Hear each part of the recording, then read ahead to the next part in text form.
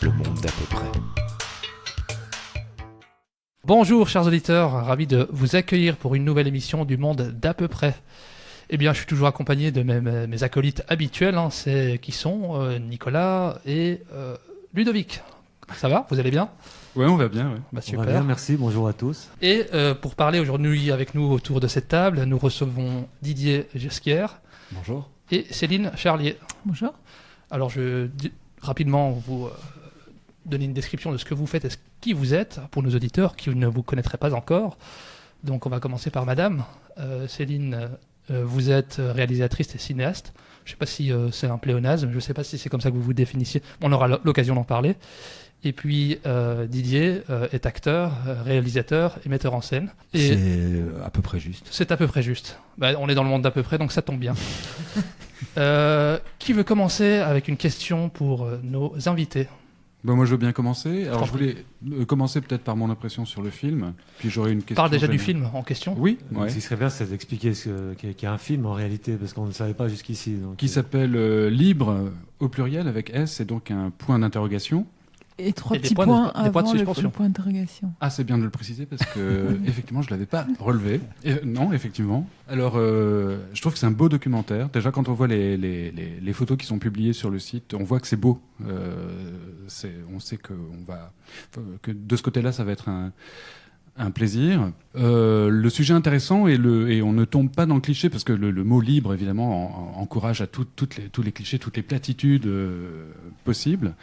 Les interventions des personnages, des personnes que vous avez filmées, que vous avez interrogées, réservent pas mal de surprises en fait, à partir d'un thème qui est pourtant qui peut sembler un peu casse-gueule. Moi, j'ai eu un peu l'impression, je trouvais vraiment que c'était un beau film. J'ai eu l'impression que vous êtes un petit peu égaré en chemin en suivant beaucoup deux personnages, principalement DJ Saucisse et la dame qui vit à la montagne, parce que vous filmez beaucoup leur quotidien, mais c'est jamais ennuyeux. Mais je me suis dit, tiens, est-ce que c'est encore en rapport avec le thème du documentaire, ou est-ce qu'on n'aurait pas aimé suivre aussi d'autres des personnages? C'est à peu près la seule réserve que j'aurais, ou la seule question en fait que j'aurais sur le film.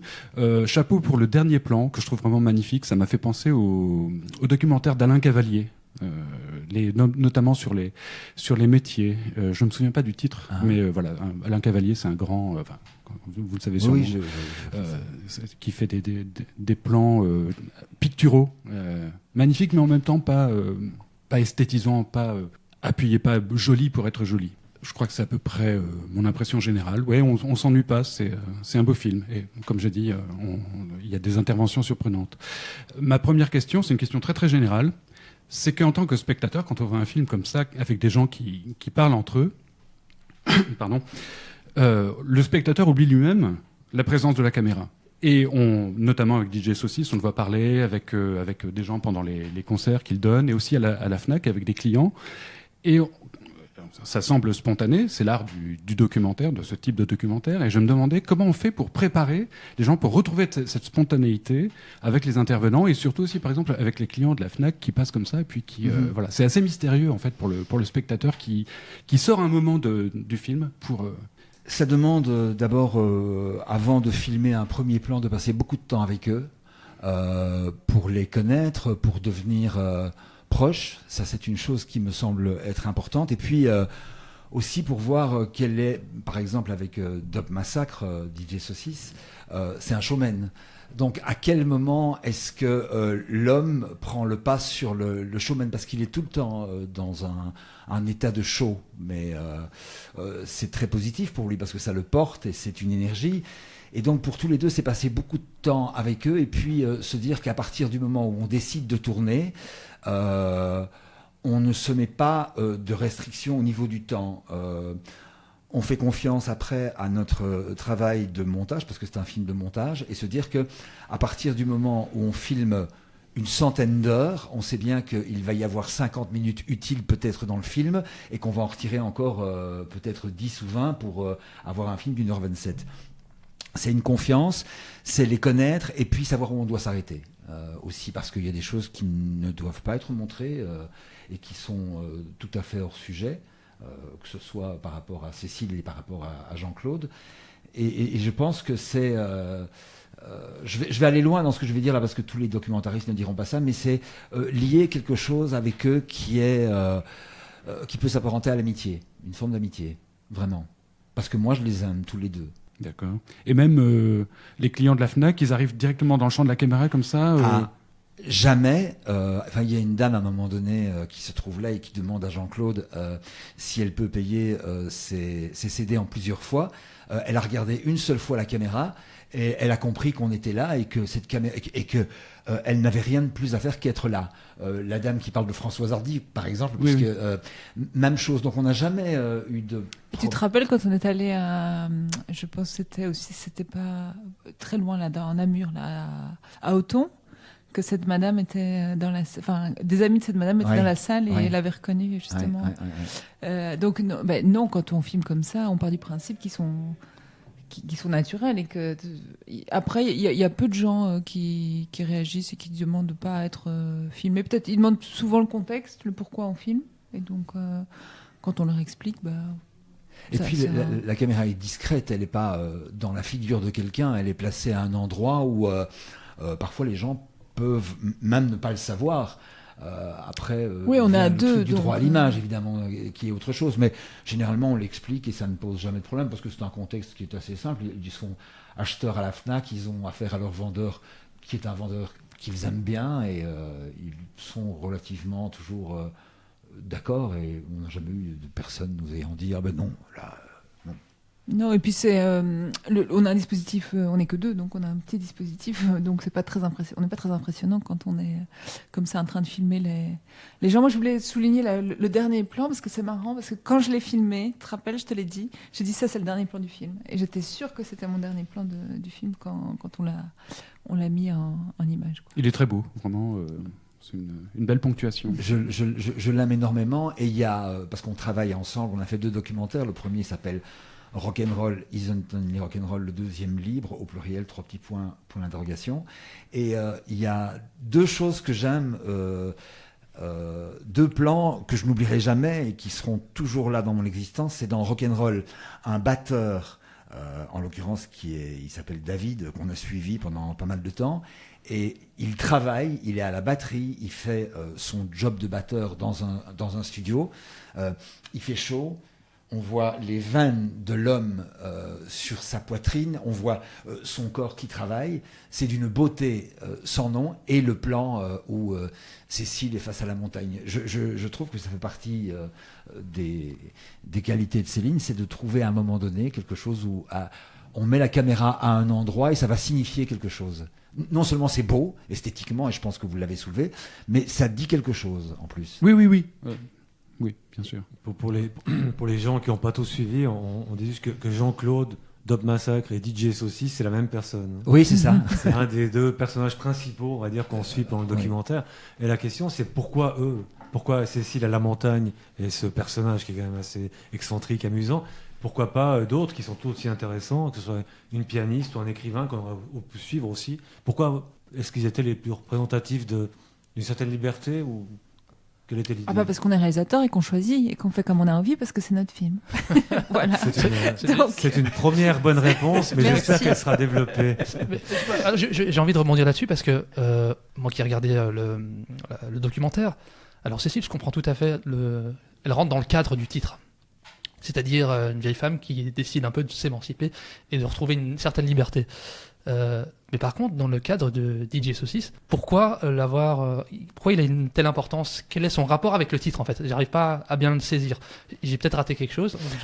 Alors on l'avait. Donc lui, on l'avait choisi déjà. C'est ma plus grande frustration parce qu'on voulait qu'il soit dans Rock'n'Roll, Isn't Only Rock'n'Roll.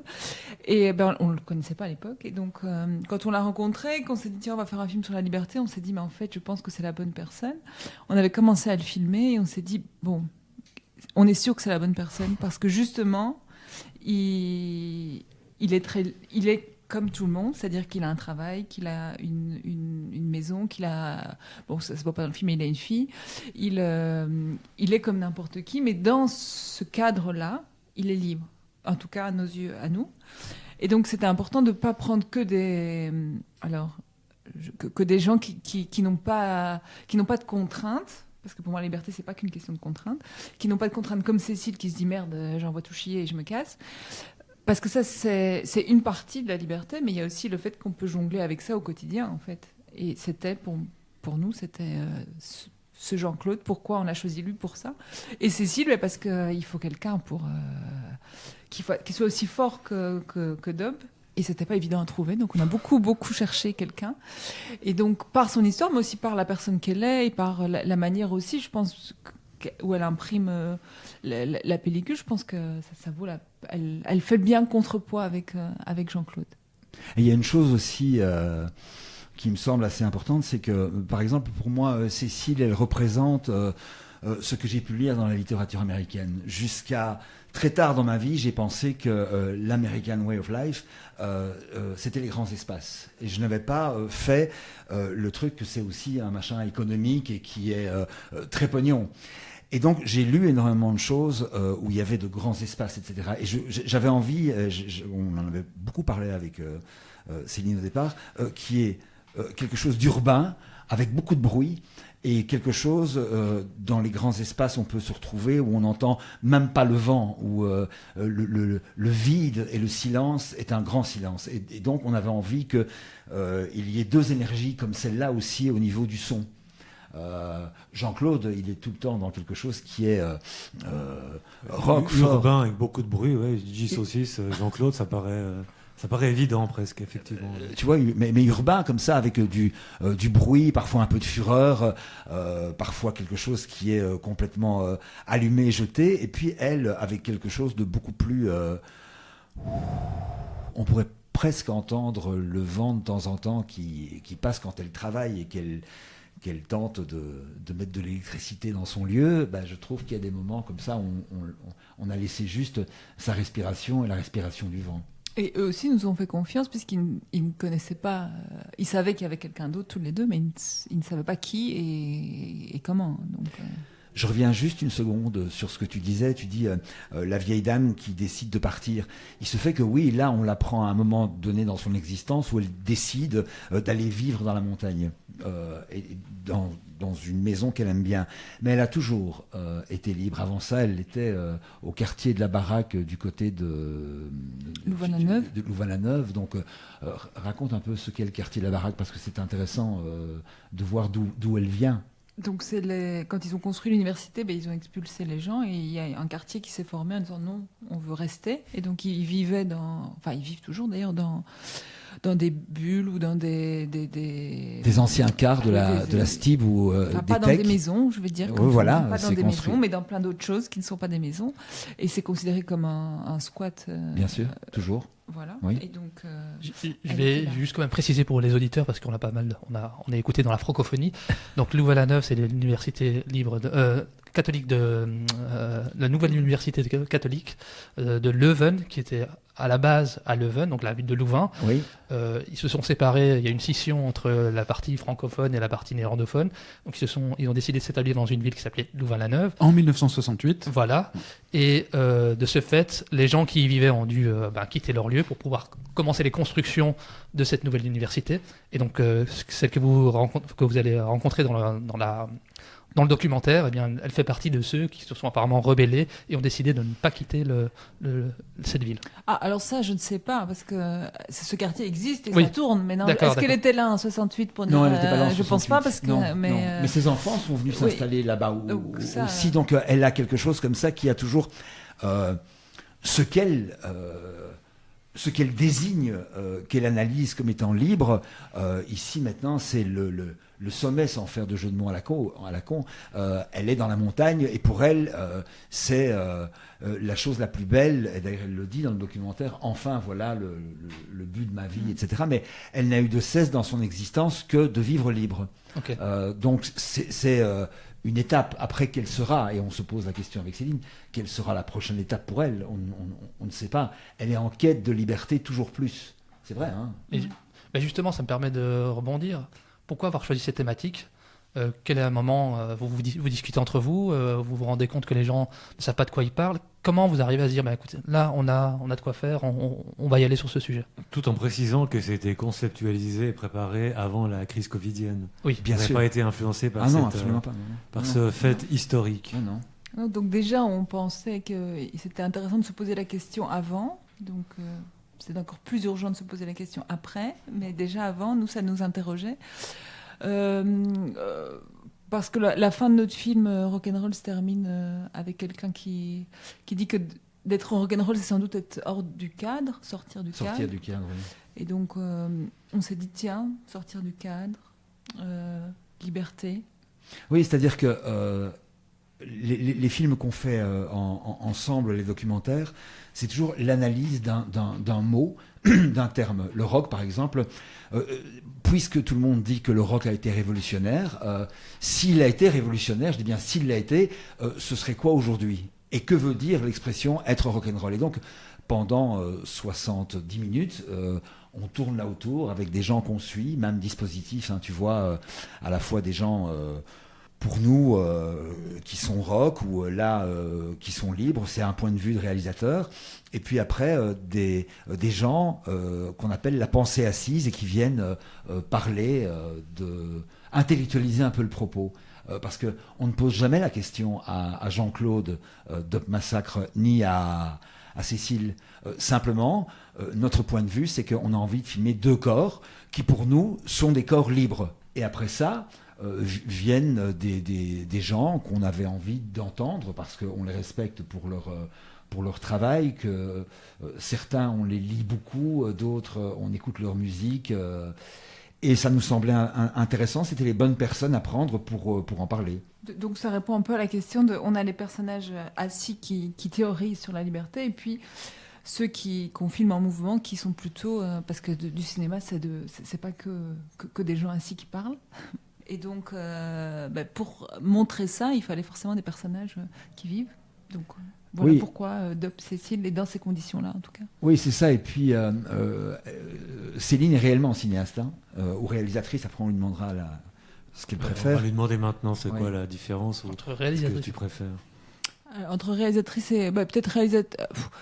C'est le fait je pense que cinéaste, c'est peut-être le fait d'aller jusqu'au bout d'un projet qui fait que j'ai plusieurs casquettes. Et réalisatrice, c'est vraiment la partie création uniquement. Donc tu es à la fois cinéaste et réalisatrice. Oui, tout à fait. Donc ma définition était juste géniale. Merci Lamine. On dit bien. Merci d'avoir lu la biographie sur. On dit bien une cinéaste. On dit bien quoi ? Une cinéaste. Une cinéaste. On n'est pas une cinéasteuse, une cinéastrice, pas encore. On est toujours à une cinéaste. On est toujours on peut encore le dire. Cinéaste, on peut le dire. Il faut peut-être ajouter un E muet après le E muet. Ah, d'accord. Moi, je fais toujours attention à ces choses-là. L'époque est importante. Ah, d'accord, mais pour moi, c'est une cinéaste. Mais en même temps, c'est ma femme. Donc, c'est plus qu'une cinéaste. Oui, voilà. Je voudrais revenir sur un mot que tu as prononcé tout à l'heure, le mot révolutionnaire. Est-ce que le mot révolutionnaire, pour vous, est forcément associé à des choses positives ? Alors, je vais te dire que, en ce qui me concerne, j'ai l'impression que je mène une révolution permanente contre moi-même, vraiment. Et donc, ce n'est pas nécessairement une révolution contre le monde, et je ne fais pas des films pour changer le monde. Je ne veux pas spécialement changer le monde. D'ailleurs, si le monde doit changer, il changera. Mais en moi, en tout cas, je peux te dire une chose, c'est que c'est très fatigant d'être tout le temps en révolte par rapport à des choses. Je vais prendre un exemple très simple. Je tente, et je n'y parviens pas, de me dépolluer de toute l'information médiatico-politique, donc le grand gueulophone des médias. Mais on est toujours confronté à ça à un moment donné, que ce soit dans ta voiture, à un moment donné, tu écoutes de la musique, tu as de l'info. Et donc, c'est inconfortable. Je ne suis pas révolutionnaire, mais d'être révolté, c'est inconfortable. Et je me fatigue même moi-même. Je me fatigue moi-même de l'être. Et il me fatigue aussi.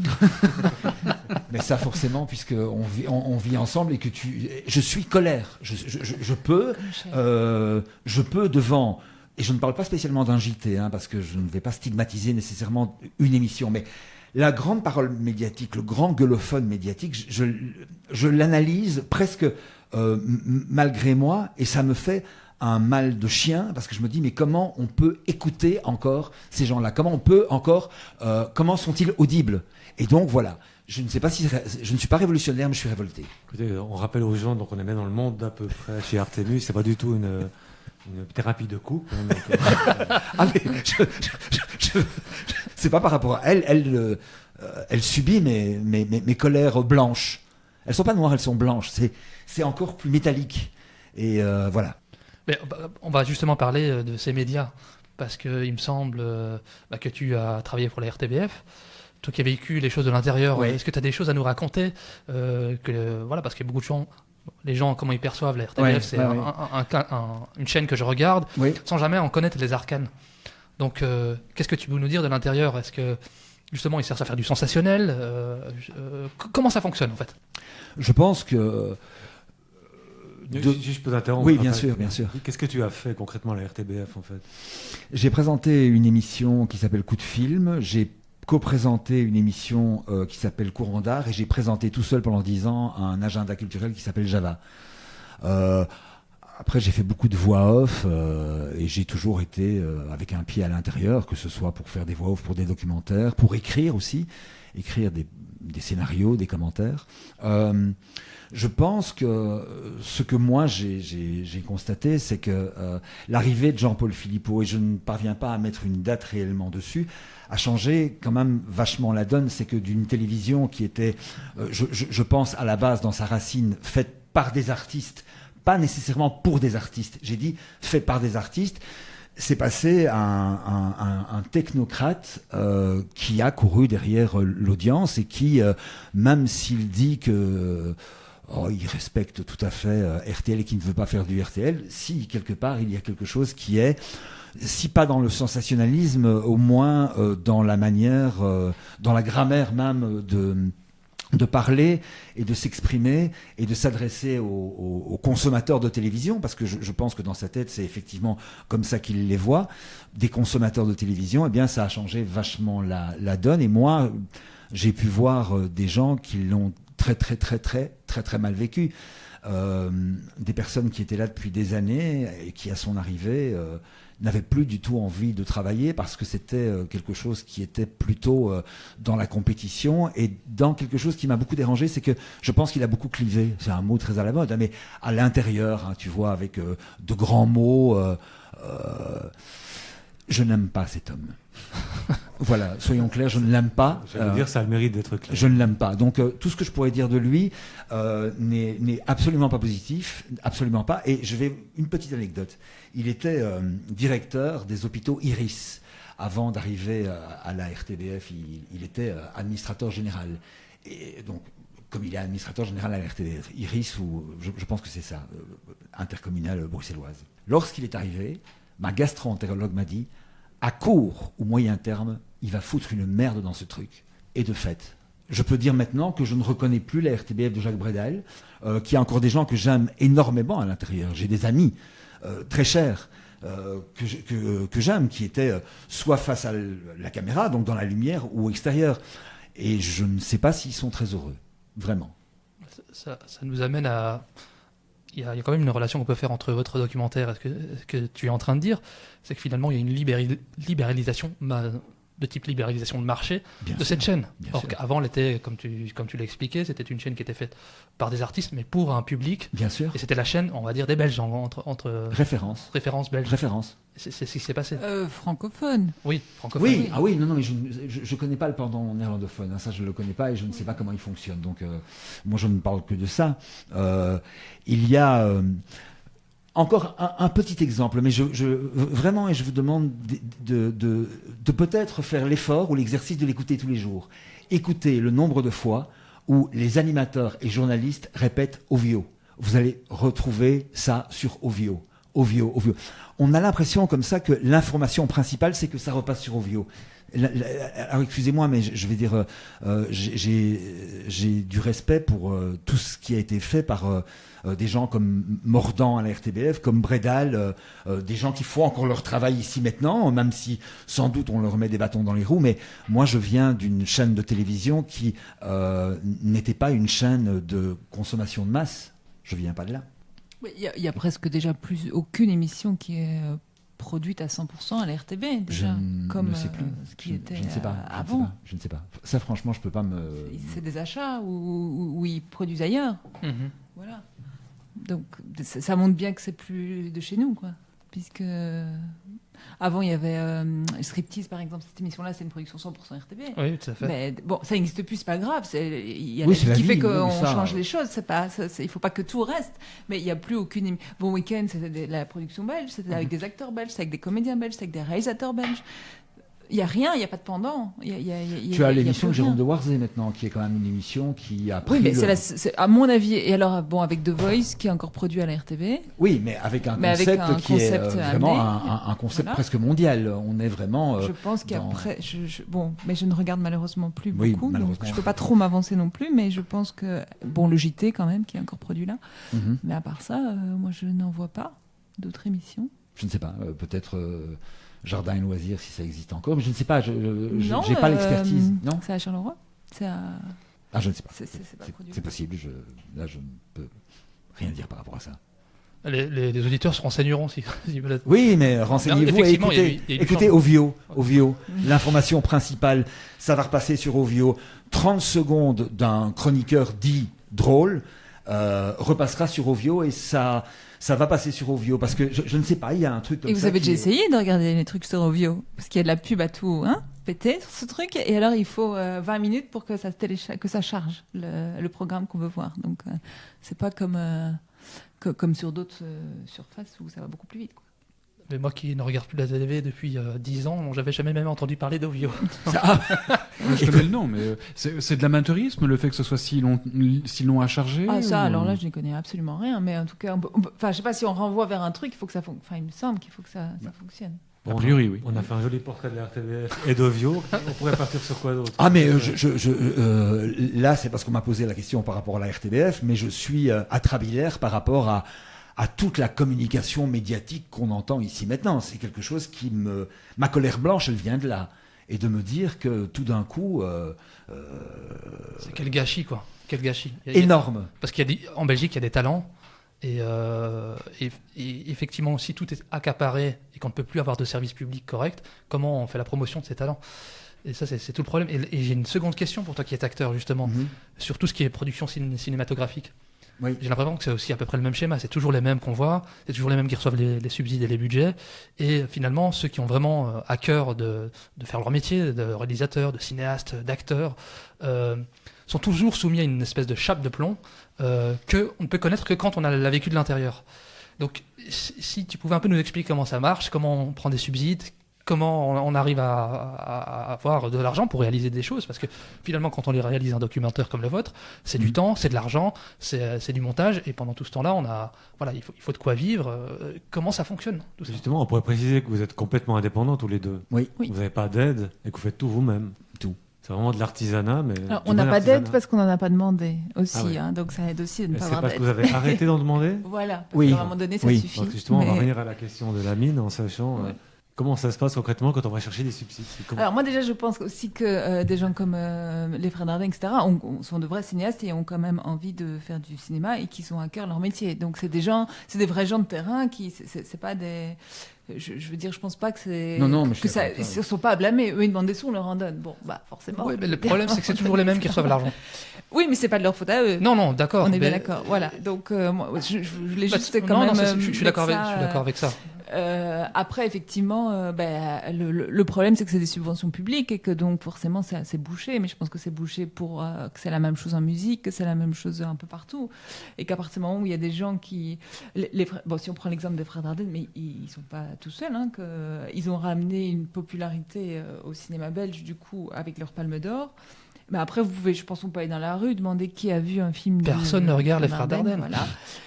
Mais même si tu es un autre cinéaste ou réalisateur ou réalisatrice belge ou même comédien, je pense que c'est compliqué, à part Benoît Poelvoort, mais François Damien, etc. Mais... En tant que réalisateur, on va citer Bouli. Je suis pas sûre. On peut descendre. On descend et les gens ne vont pas citer Bouli la mer. C'est possible. Je pense pas. On tentera un micro-trottoir bientôt sur la question. Je suis vraiment pas sûre. En fait, ce qui est compliqué, c'est qu'il faut remettre énormément de dossiers dans des dates.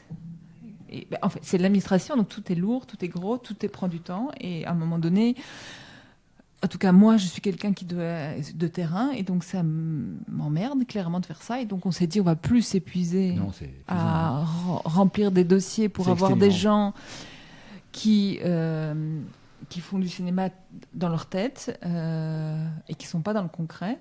Donc c'est un choix qu'on a fait de se dire, on va plus perdre notre temps là-dedans, on va plutôt acter et travailler dans l'autre sens, quoi. Donc c'est-à-dire que on gagne l'argent une fois que le film est fait, quoi. Donc maintenant ici, par la vente de DVD, par les projections, par peut-être un achat télé, en tout cas pour Rock'n'Roll en achat télé, on va avoir les souks.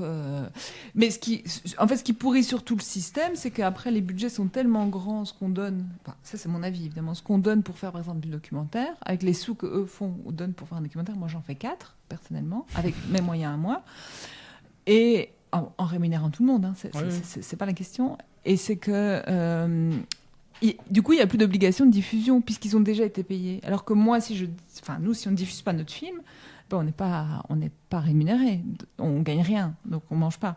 Donc nous, on a une espèce de pression, de se dire il faut faire des projections, il faut vendre du DVD, pour qu'on puisse vivre. Alors que eux, une fois qu'ils ont les réalisateurs qui font du documentaire ou même de la fiction, qui vendent pas le film, on s'en fout. Donc en fait, ils font des films pour leurs parents, pour leurs enfants, et puis voilà, il y a aucune diffusion. Rock'n'Roll, quand il est sorti, sincèrement, je crois que c'est le film qui a fait le plus de salles, parce qu'on est tous les deux derrière et qu'on est peut-être les seuls indépendants à vouloir vendre le film.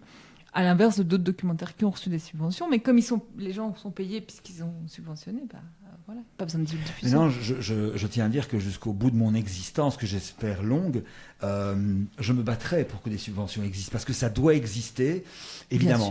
Il se fait que et ça doit exister. Donc vraiment, je tiens à le dire, et que ça permet de faire des films sans doute plus difficiles, mais dans notre liberté d'action, il y a aussi une chose, c'est de se dire, à partir du moment, si nous ne sommes pas producteurs de nos films, on doit trouver un producteur. Donc, avec un scénario de base, on va arriver chez lui. Premier truc, il faut que tout lui plaise. Il faut que les intervenants lui plaisent. Il faut que les têtes pensantes lui plaisent. Ensuite, on va passer devant une commission. Et alors, voilà, lui va faire un dossier, le producteur, pour que effectivement ça puisse passer à une commission. Et il faut que ça plaise aussi à la commission. Qu'est-ce qui reste de ce que nous avons envie de faire au départ ? De ce que nous avions envie de faire au départ, à partir du moment où on accepte toutes les contraintes et toutes les petites coupes qui sont faites à droite et à gauche.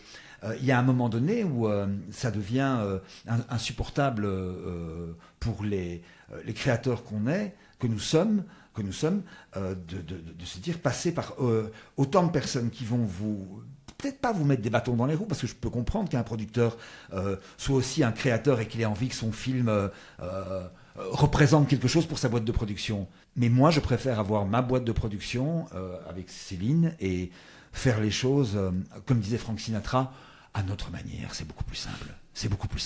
Mais de toute façon, on le voit, les films belges qui sortent en fiction, du moins en fiction, parce qu'en documentaire, il y a quand même beaucoup qui sortent, mais en fiction, c'est tout la même chose, c'est tout la même vague, c'est tout le même discours, c'est tout le temps la même chose. Donc la commission ne valide que des projets qui vont dans ce sens-là. Donc moi je rêve de voir des films de genre, de vrais grands films de genre, mais le social c'est important. Et les Dardenne, on l'a dit, que ce soit notre cinéma, qu'on l'apprécie ou pas, que les gens l'apprécient ou pas, il y a quelque chose qui fait que ça existe, et qu'ils font plutôt bien leur boulot, ces mecs, avec une patte.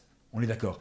Mais tout ne doit pas être social. Il peut y avoir des films de genre, il peut y avoir des polars, il peut y avoir des films d'horreur, il peut y avoir des westerns, il peut y avoir des comédies dramatiques, il peut y avoir Quand Harry rencontre Sally, il peut y avoir tout ça. Eh bien là, je pense que dans les commissions, il y a une sorte de petite prétention intellectuelle comme ça qui consiste à dire oui, mais ça va être peut-être trop commercial, ou bien ça ne représente pas. Enfin, on n'a pas envie d'être représenté comme ça. Mais quelle outrecuidance, quelle pédance, quoi. Je veux dire, c'est insupportable. Je ne fréquente pas ces gens-là. En plus, on n'est pas obligé de faire du social forcément plombant. Et on peut faire du social qui n'est pas plombant. Non, mais vraiment, il y en a. Hein. Si on observe la vie, c'est des contrastes quand même, c'est des émotions mélangées. Moi, j'ai l'impression que dans le cinéma social, qui parle d'une espèce qui donne dans un certain misérabilisme, alors que le public qui va voir ces films-là est plutôt un public bourgeois. Il y a, Mais on a l'impression que c'est du Flamands, folklore pour rassurer les gens qui vont voir les films un peu. Les quand Flamands même. le font très bien. La merditude des choses, c'est un film qui est subventionné par le cinéma, enfin par comme nous, la communauté flamande. Et pourtant, c'est social, mais c'est du divertissement. Après, le mot déjà rien que de le dire, divertissement, c'est sale, c'est mauvais. Alors que nous, moi, clairement, je fais du divertissement, que ce soit dans le théâtre qu'on propose, même libre. Pour moi, on doit dire que c'est un documentaire parce qu'effectivement, il y a une recherche et un fond, mais c'est clairement la forme d'un divertissement. Pour moi, ce film est drôle, avec la montagne, on s'évade, etc. Bon, on peut pas dire du divertissement documentaire, ça n'existe pas, donc on peut pas le dire. Mais c'est peut-être quand même moins léger que du divertissement pur. Non, je pense que c'est une question de forme. Je suis d'accord, il y a le tout dans le tout, même dans les purs divertissements. Oui, je pense. Tout là, est dans tout. On fait une pièce qui s'appelle Bob Jésus, qui est une pièce autour d'un croque-mort. Pour moi, c'est clairement du divertissement. Pourtant, le sujet est abordé de manière drôle. Enfin, ça dépend toujours dans quel état d'esprit on est, mais ça me paraît du divertissement. On pourrait parler de cette pièce qui s'appelle Bob Jésus, alors. De quoi s'agit-il précisément ? On pourrait parler de cette pièce qui s'appelle Bob Jésus. Allez, on peut le faire, on y va. C'est l'histoire, c'est l'histoire de Bob Jésus qui est croque-mort de génération en génération et qui voit tout doucement que lui n'a pas d'enfant, donc c'est la dernière génération, mais il veut quand même marquer le coup de ça, et donc il doit trouver absolument un moyen pour faire que Bob Jésus sera la dernière mais la meilleure génération de croque-mort. Oui. 5 générations de croque-morts avec des gens qui ont enterré des vedettes. Il s'est occupé, son arrière-grand-père s'est occupé d'Humphrey Bogart, et lui se retrouve là et se dit aujourd'hui, moi je ne veux pas d'enfant, je n'aurai pas d'enfant, il faut que ma petite entreprise marque la fin de quelque chose. Et donc c'est un homme qui a toujours vécu avec des cadavres sous les pieds et qui décide de faire venir des gens chez lui pour leur expliquer comment ça va se passer. Et il vend la mort un peu de manière capitaliste, comme étant quelque chose presque de confortable. Tu vas être emmené, je vais bien m'occuper de toi.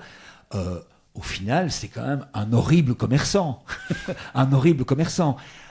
Mais avec quelque chose d'extrêmement touchant. Et donc c'est une pièce que j'ai eu l'occasion d'écrire au début des années 2000, qui a été jouée en 2008. Et puis avec Céline, on a décidé d'additionner nos compétences. Elle est réalisatrice et cinéaste, je suis comédien et auteur. Et on s'est dit qu'on allait, que nos deux compétences allaient se mettre dedans. Et donc on propose quelque chose qui est de l'ordre du spectacle total, vu qu'il y a du cinéma sur scène et qu'il y a de l'art vivant sur scène.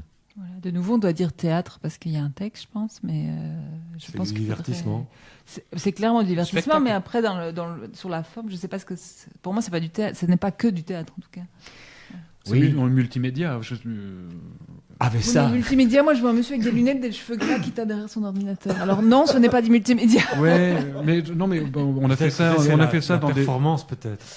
Ah non, là je vois une grande salle vide, tu vois, avec un pendule qui fait tac tac tac et tout le monde se dit oh putain. Donc non plus.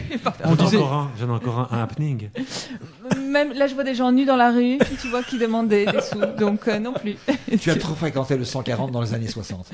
Ou le théâtre Océan Nord, je ne sais pas. Ouais. Mais il me semble qu'on disait multimédia dans le domaine de la danse contemporaine, par exemple. J'en ai pas vu beaucoup de spectacles, mais j'en ai vu un ou deux où effectivement il y avait la vidéo qui intervenait, qui interagissait avec la chorégraphie. Je pensais que c'est comme ça qu'on l'appelait, qu'on disait que c'était. Mais bien sûr, il y a une fille, une Belge, qui, je pense, aux dernières nouvelles, est expatriée en Allemagne, qui s'appelle Anne-Cécile Van Dalem, et qui propose des spectacles comme ça au Théâtre National, dans les grands théâtres en France, Chaillot, etc., avec un dispositif multimédia. Est-ce qu'on pourrait dire finalement que dans votre façon de procéder, vous avez, trouvé votre sens du mot libre? C'est la question qu'il ne faut pas leur poser, en fait. Il faut bien qu'on vous la pose un moment, quand même. Bah oui. Oui, clairement. Oui, pas mieux. Vas-y. Ah, pas mieux. Ah, d'accord.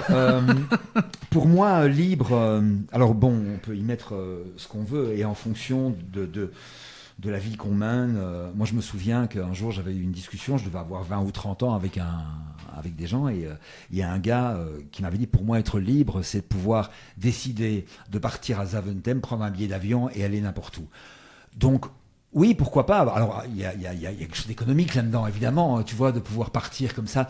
Moi, je t'avoue que, en dehors de ma colère et de ne pas être libre avec moi-même parce que je suis tout le temps en colère, pour le reste, j'ai eu une telle éducation que oui, je me sens libre. Je ne me suis jamais posé la question. Je suis libre. J'ai été élevé par une grand-mère qui m'a dit quand j'avais 8-9 ans, tu sais que tu peux dire non à tes maîtres d'école, tu peux dire non à tes parents et tu peux me dire non à moi. Et tu dis non à partir du moment où tu peux justifier ton non. Et je peux justifier dans mon existence tous les noms, N-O-N, que j'ai été amené à prononcer parce que, simplement, j'ai été éduqué comme ça, qu'à l'intérieur de moi, il y a une sorte d'avertisseur, de petite voix qui me dit « ça va pas être bien pour toi ». Et ça m'a très souvent sauvé la vie. Ça rejoint un des personnes du documentaire, je sais plus qui c'est, qui dit justement que la liberté, c'est de dire non. Sam Soudani. Voilà. C'est assez intéressant ce passage-là, justement. Ça rejoint ça. Oui, et il le dit aussi avec, lui, un risque létal. Oui, tout à fait. Par la religion. Par la religion et par ce qu'il vit. Moi, le non, il va engager. Bon, après, je sais que je peux dire non, je sais pas moi, à un metteur en scène, dire non à un agent de casting. Il me dira pas de souci. Mais celui qui m'a dit pas de souci, non, pas de souci, me rappelle plus jamais. Parce que j'ai dit non et que. Mais c'est pas grave. Ça a un coût. C'est ce qu'il explique justement. C'est ce qu'il dit dans le documentaire. Et ce que je voulais demander, là, c'est la question, la version négative de la question de Nicolas, c'est dans votre expérience personnelle et ou professionnelle, à quel moment est-ce que vous vous êtes senti le moins libre? Parce que la définition négative est valide aussi. Oh, je peux répondre. C'est un sale souvenir, mais bon, je vais répondre. C'était un tournage. En France, peu importe le nom du réalisateur et peu importe le film, j'avais une dizaine de jours de tournage et je me suis retrouvé face à un metteur en scène qui n'acceptait rien de ce que j'étais. Et je pense qu'il m'a pris parce que il y avait une coproduction entre la Belgique et la France qui avait du tax shelter et que le tax shelter faisait qu'il fallait engager à la fois des techniciens et des comédiens et qu'au dernier moment, il m'a choisi et qu'il n'a absolument rien accepté de ce que je proposais. C'était il y a 10 ans, j'ai souffert l'enfer et je me suis dit, plus jamais ça. Et même si je ne regrette pas de l'avoir fait, parce que quand je vois le résultat, je me dis, tu t'en es quand même pas mal sorti, en pleurant tous les jours et en te chiant dessus, tu t'en es quand même pas mal sorti. Là, je me suis senti contraint, pas libre, mal dans ma peau, en colère blanche, mais obligé d'honorer un contrat. Tu vois, là, il y a un contrat obligé. Tu vas pas et c'est pas tu sais ne pas faire de mal aux autres ou pour le collectif, non, de moi à moi il y avait un contrat que je devais faire et je ne pouvais pas me permettre de pas le faire, ça, mais c'était pas pour sauver le collectif. Je m'en fous du collectif, à vrai dire. Et pour toi moi, je dirais peut-être oui, cet embourbage là de la communauté française où on est obligé de rendre des dossiers, enfin, communauté française, mais de manière générale, on essaie d'éviter de se perdre dans ce genre de paperasserie inutile. Mais il y a quand même d'autres choses. Alors, forcément, ce qu'on reçoit est moindre, mais il y a quand même d'autres choses qui sont plus simples à recevoir et que ça, du coup, par exemple, pour Objet, on est dans les spectacles à Révis. Pour Rock'n'Roll et pour Libre, on est dans ce qu'ils appellent le RAC.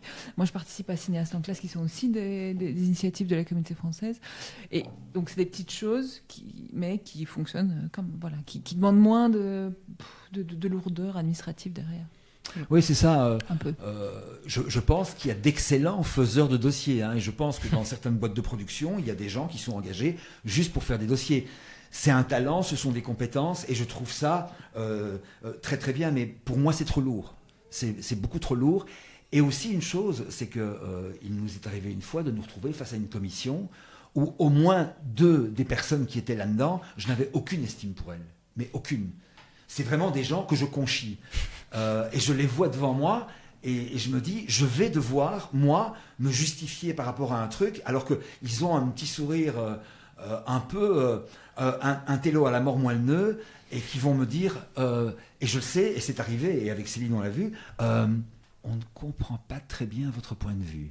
Et ça, quand tu entends, on ne comprend pas bien ton point de vue, ça veut dire que d'abord avec un dossier de 70 pages quand même, où tu te dis, bon, mon gars, c'est gentil, mais... Oui, non, donc ça, je ne veux plus vivre, et ça répond un peu à ta question aussi. On se sent encaqué comme un rang dans une boîte, dans un truc comme ça, et me retrouver... Alors, je connais des noms de gens dans ces commissions qui sont des gens tout à fait fréquentables. Hein, mais moi, mon expérience, m'être retrouvé face à ces deux personnes où je me dis, elles n'ont rien à faire là, sauf peut-être, je sais pas, se décaloter le cortex. Non, quoi, je ne peux pas. Je ne peux pas, ça me rend dingue. Et ces gens dans les commissions, est-ce que ce sont des gens qui connaissent un peu le métier de l'intérieur? Est-ce que ce sont purement des fonctionnaires, des administrateurs? Non, il y a des gens qui connaissent bien le métier, oui. Parce que quand nous y sommes allés une fois et demie... Alors oui, mais c'est des gens qui fonctionnent... C'est-à-dire que pour eux, le cinéma, c'est de passer par la commission. Alors qu'il y a plein d'autres moyens de faire du cinéma. Donc c'est toujours il n'y a personne qui fait du cinéma comme nous dans la commission. Et on nous a jamais demandé d'ailleurs d'être à la commission. Mais bon, ça on le fait parce que... Mais c'est des gens qui ont déjà fait des films, et des choses comme ça. Mais c'est des gens qui pensent, qui pensent qu'on ne peut faire du cinéma que comme ça, quand même. Oui, c'est ça. Et puis à l'intérieur de ces commissions, je me souviens avoir entendu quand même des gens qui étaient plutôt des techniciens de cinéma et qui posaient des questions extrêmement précises. Et j'ai trouvé ça très intelligent par rapport comment voyait-on le montage du film. Ils savaient très bien qu'autour d'eux, il y avait 2 ou 3 voix qui étaient contre nous, mais qu'ils avaient un intérêt technique à se dire « mais vous voyez le montage comment ?» Et donc, comme on avait un film déjà, des films, oui, ça c'est quand même assez intéressant. Donc, il y a des gens qui comprennent très très bien. Hein. Je pense qu'il faut dépoussiérer ça et que ceux qui ont envie de se décaloter le cortex, qu'ils le fassent chez eux à la maison en regardant des films et qu'ils fassent des films pour leurs enfants. Et c'est très bien, ils seront contents, mais qu'ils n'aillent pas polluer les commissions, quoi. Qu'ils laissent leur place. Non, c'est clair. En fait, il y a ce côté à la recherche de la subvention. Bon, vous avez du bagage, donc vous avez du vécu, donc vous savez un peu le recul pour pouvoir vous dire, bon, on va faire les choses seuls, on sait comment ça fonctionne, etc. Mais c'est vrai que le subside, il est intéressant pour... Bien sûr. Quand on rentre dans ce métier, qu'on est jeune et qu'on ne sait pas comment où aller, et on a besoin d'argent, d'aller chercher cet argent. Ce qui est énervant avec les frères Dardenne, je vais en parler, c'est qu'eux, à chaque fois ils viennent, ils s'accaparent l'argent alors qu'ils en ont déjà plein. Et qu'ils passent leur temps à faire du cinéma où nous expliquer on va vous expliquer comment les pauvres vous devez réagir, vous les Arabes c'est comme ça que vous êtes perçus par le... Mais ton avis de bourgeois, tu peux te le ranger en fait. J'ai pas besoin que tu m'expliques comment moi, Lamine, je dois, en tant que belgo-marocain, je dois me comporter. Tu vois, ça c'est énervant. Et ça laisse, il y a plein de jeunes, j'en connais moi, plein de jeunes qui ont du talent, que si on leur donnait du budget, ils feraient des trucs absolument incroyables. Mais il n'y a pas cette liberté. Et il y a toujours ces mêmes gars qui s'accaparent le pognon alors qu'ils en ont déjà. Et ça, c'est absolument énervant. Alors, je sais pas, je me fais de la défense, alors que franchement, les frères Dardenne, c'est pas mon truc, mais alors, je pense pas qu'ils ont plein d'argent, en fait. C'est comme nous, pour faire un film, il faut des sous. Et pour faire des sous, ils en ont pas les producteurs n'ont pas d'argent. Ils sonnent aux bonnes portes pour avoir de l'argent. Donc, non, je pense pas qu'ils ont plein de sous. Après, par exemple, moi, c'est toujours la critique qu'on nous fait par rapport à Libre, c'est, ok, la liberté, mais pourquoi vous parlez pas des migrants qui viennent sur un calot de sauvetage? Parce que moi, en fait, je suis née dans le Brabant wallon, que j'habite maintenant dans le Hainaut et que je vis en Belgique et que je vois pas pourquoi moi j'irais parler d'un mec qui vient parce que je n'ai aucune légitimité pour parler de ça et que c'est pas mon sujet en fait, mais qu'il y a plein de gens qui peuvent en parler mais pas moi. Et donc c'est souvent on prend l'inverse parce qu'on ne parle pas de ça, du coup il manque un truc dans le film. Alors oui, il y a de l'opportunisme, c'est pas le sujet. Les tragédies humaines, il y a de l'opportunisme, évidemment qu'il y a ça et que c'est extrêmement dérangeant. Et que peut-être que si on avait parlé de ça, on aurait eu la subvention par contre. Mais je peux pas parler de ça parce que je sais pas ce que c'est. En fait. C'est-à-dire que non, vas-y, je t'en prie. Non, mais je voulais juste dire pour revenir à ça, ils ont un CV les frères Dardenne. C'est-à-dire que s'ils veulent aller demander un emprunt à la banque, vu ce qu'ils ont fait, ils devraient l'avoir. Tu vois ce que je veux dire? Mais aucune banque ne m'a donné de l'argent pour faire du cinéma parce que ils ont du réseau. Aller prendre l'argent, ils ont du réseau. C'est peut-être pas la banque, mais ils ont du réseau. C'est-à-dire qu'ils pourraient aller lever des fonds sans toucher au subside. Non, parce qu'en fait, parce que tout le système est fait que, par exemple, le tax shelter, il faut une somme de base pour pouvoir lever du tax shelter. Donc, s'il n'y a pas d'argent à la base, il n'y a pas de tax shelter.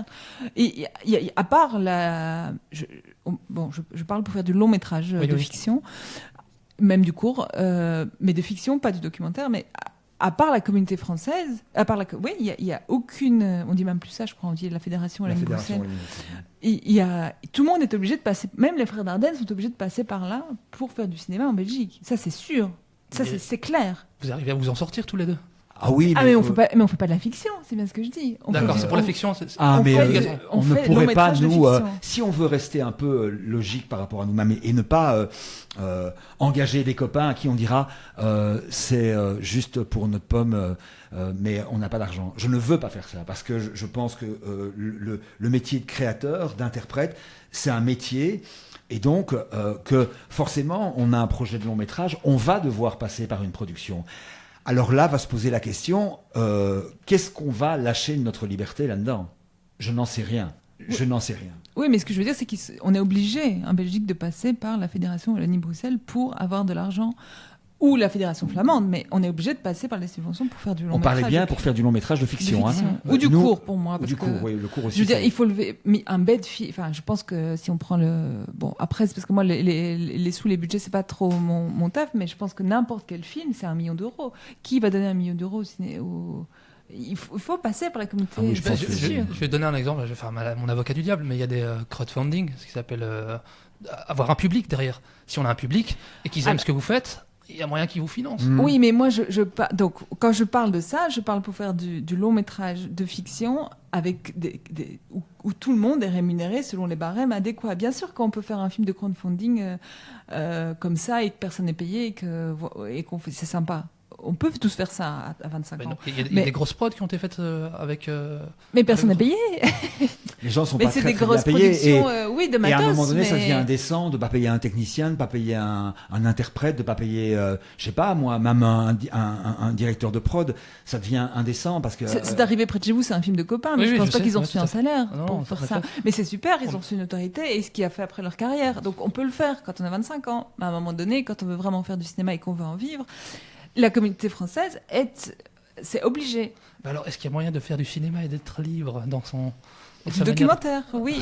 Mais le documentaire, oui. Est-ce que... Alors, il y a un très beau film de Raymond Depardon qui s'appelle Paris. Alors, le titre est trompeur, parce que c'est tourné uniquement à la gare Saint-Lazare. Et c'est un documentaire fiction où il y a 2 personnages qui jouent le personnage fictif. Un personnage qui est joué par je ne sais plus quel acteur, qui joue le rôle de Raymond Depardon, même si ce n'est pas nommé. Et... il a un script et en fait il fait un casting dans le hall de la gare Saint-Lazare et parce que le film ne raconte que la recherche de l'actrice idéale de la fiction qu'il va tourner. Donc on a un mélange entre le documentaire et la fiction, c'est un très beau film. Et est-ce que mélanger le documentaire et la fiction, ça vous donnerait une autre porte de sortie? Est-ce que ça ne serait pas un compromis possible pour sortir du pur documentaire? Mais on veut peut-être pas sortir du documentaire. Non, peut-être pas d'ailleurs. Non, on aime bien faire du documentaire. C'était plus pour rebondir par rapport à la question que par rapport aux frères Dardenne. Pour moi, si on veut vivre, je parle de vivre, je parle de salaire comme quelqu'un qui va travailler pour du vrai, dans la vraie vie. Mais je veux dire, en Belgique, il n'y a pas le choix, il faut passer par là. Je pense qu'en France, il y a plusieurs effectivement portes et on peut aller dans les régions, les machins, les trucs, mais ici, la région, ils vont donner 500 € et puis voilà, qu'est-ce qu'on fait avec 500 €? Voilà. Je propose quand même que pour un nouvel épisode du Monde à peu près, on invite les frères Dardenne. Enfin, oui, je pense qu'ils ont leur avis. Et Philippot. Même la RTB, ils donnent pas. Ils donnent pas beaucoup d'argent. En fait, ils vont faire des coproductions en amont, mais pour diffuser le film après. Mais donc l'argent qu'ils donneraient. Donc par exemple, pour Rock'n'Roll, nous, le film a été acheté après, donc ils ont diffusé le film après. Mais s'ils l'avaient acheté avant qu'on le fasse, c'était la même chose en fait. On aurait reçu autant d'argent. Donc, donc c'est juste qu'on a fait le pari de le faire. Oui, mais vous prenez le risque, quoi. Vous avez pris un. Oui, on a pris le risque, mais parfois on prend le risque et ça marche pas. Mais on peut pas tout. Et pour la fiction, c'est pas non plus ça va pas être la même tranche horaire, ça va pas être là. Donc je veux dire, je pense qu'en Belgique, pour faire de la fiction, on est obligé de passer par la communauté. Voilà, ce qui est encore pire, hein. Mais voilà. C'est terrible en fait ce que vous oui, dites. le constat est voilà. Mais il y a quand même, parce qu'il faut quand même parler aussi de quelque chose, il y a du plaisir dans ce qu'on fait. Je pense que les contraintes inhérentes à ce type de production se gomment très vite par le plaisir qu'il y a à tourner. C'est un acte physique tourné. C'est quelque chose qui fait que tout d'un coup, tu te dis que un truc mécanique va te permettre de raconter une histoire et toi, tu vas choisir un plan, un chant, un personnage. Il y a beaucoup de plaisir aussi à aller présenter nos films dans les centres culturels, à aller en parler dans les médias, des podcasts, parce que on aime immensément ça. Immensément ça. Je ne pourrais pas vivre sans ça. Je pense que je ne sais pas si quelqu'un a envie de réagir, mais je pense qu'on pourrait conclure là-dessus. Je crois que c'est... Ce qu'il y a, c'est que tu viens de parler de projection et tout. Est-ce qu'on peut savoir un peu où on pourrait Bien sûr, voir, on va aller poser la question. où c'est qu'on peut voir Où libre, est-ce qu'on peut voir libre où c'est qu'on peut voir Bob Jésus, enfin, où c'est qu'on peut vous voir, où c'est qu'on peut vous rencontrer, existez-vous vraiment, enfin tout ça. Mais non, justement, on n'existe pas. Mais déjà, Libre est sorti dans les Fnac et les Mediamarkt, et puis on le tourne beaucoup. On a quelques dates dans les jours à venir. Ouais. Là, on a donc le 21, on sera au Centre culturel de Thoin, donc le 21 septembre. Le 27 septembre, on sera au Centre culturel d'Anderlu. Rock'n'Roll, donc qui est notre premier film, sortir le 17 du novembre, sera au Centre culturel de Rebec. On peut voir Bob Jésus le 22 vendredi ici, au Centre culturel de Perouet, et puis on a quelques autres dates, mais plus loin dans la saison. Voilà, on a aussi un quiz, on fait des quiz aussi. Voilà, ça, Vous faites des quiz. On fait des quiz. D'accord, des quiz. Des quiz. De quoi s'agit-il exactement, les quiz? Alors, ce ne sont pas des blind tests, ce sont des quiz. Donc, on pose des questions, culture générale, par exemple, autour d'une thématique. Les frères Dardenne. Voilà, les frères le Dardenne. rock, le cinéma, la chanson française, la pop musique, mais pop musique de manière presque mondiale. Hein. Ouais. Qu'est-ce qui nous reste en tête? Et vous faites ça où? Là, on a une date en octobre, le 6 octobre. On sera à l'Entracte à Genappe, qui est un nouvel endroit de cinéma, justement. Mais il paraît que des gens qui se sont inscrits qui sont déjà très forts. Donc voilà, quiz cinéma belge, cinéma français. Il y a quelque chose à gagner. Bien sûr, il y a quelque chose à gagner. Mais on ne dit pas quoi, mais il y a des choses à gagner. Bien sûr, on ne ressort jamais les mains vides. Et un truc aussi, je voulais juste rebondir parce que Céline vient de parler de Rock'n'Roll. Vous vous rendez compte que ce film est sorti en 2015 et que grâce à son travail et grâce au travail qu'elle a mené pendant 7 ou 8 ans par rapport à ce film, il est encore projeté aujourd'hui. Attendez, il y a un moment donné où projeté, donc pas diffusé nécessairement en télévision, projeté dans des centres culturels pour des gens. Donc ça veut dire qu'à un moment donné, on se dit « Ah ben oui, ce film existe, il y a une référence ». Et ça, je ne sais pas si c'est très souvent les frères Dardenne sont encore diffusés. Peut-être, j'en sais rien, je ne regarde pas assez. C'est subventionné à l'école, on est obligé d'aller voir se taper ses navets. Mais tu as l'air d'avoir... Après, je trouve que ça fait partie de notre culture quand même. Ça fait partie de votre culture, effectivement. Ben oui, de notre culture, mais comme plein d'autres choses. Comme Plastique Bertrand, je veux dire. Je préfère Plastique Bertrand. Moi aussi, mais voilà. Je pense quand même que Lamine a fait quelque chose de particulier avec les Dardennes. J'aime pas qu'on c'est pas la première fois que... Non. Ah, c'est la première fois, oui. D'accord. Ce n'est pas ton running gag. Non. Le truc à chaque fois, tu vois, ta colère blanche. C'est la première fois qu'il nous en parle, mais on sent qu'il y a il y a quelque chose de virulent chez les frères Dardenne. Ils ont tendance à... Colère blanche, a dit Didier plutôt. Voilà. Colère blanche, métallique. Écoutez, est-ce qu'il y a un site où on peut trouver tout ça? Enfin, je crois que je mettrai ça dans le descriptif du podcast pour nos auditeurs.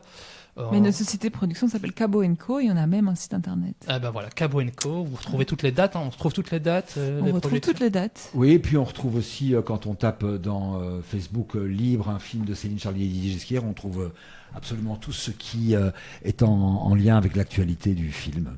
Eh bien écoutez, on va inviter nos auditeurs à aller regarder tout ça. Moi, j'ai pas encore regardé Rock'n'Roll, mais vous m'avez donné envie de le regarder. Donc je le regarderai très vite. Je vous remercie beaucoup pour votre temps. On est ravis de vous avoir eu. Si vous avez un dernier mot, c'est le moment. Je pense qu'il faut qu'on précise que tout ce qu'on vient de dire ne passera pas sur Ovio. Non, certainement pas. Merde. Non mais ça, franchement... Quel temps perdu. Tu vois, je m'étais dit, je place un petit truc comme ça et peut-être que ça va entrer dans la... Non mais merci à vous, c'était chouette. Sympa, merci. Merci, chers auditeurs. À très bientôt pour une nouvelle émission. Ciao, ciao.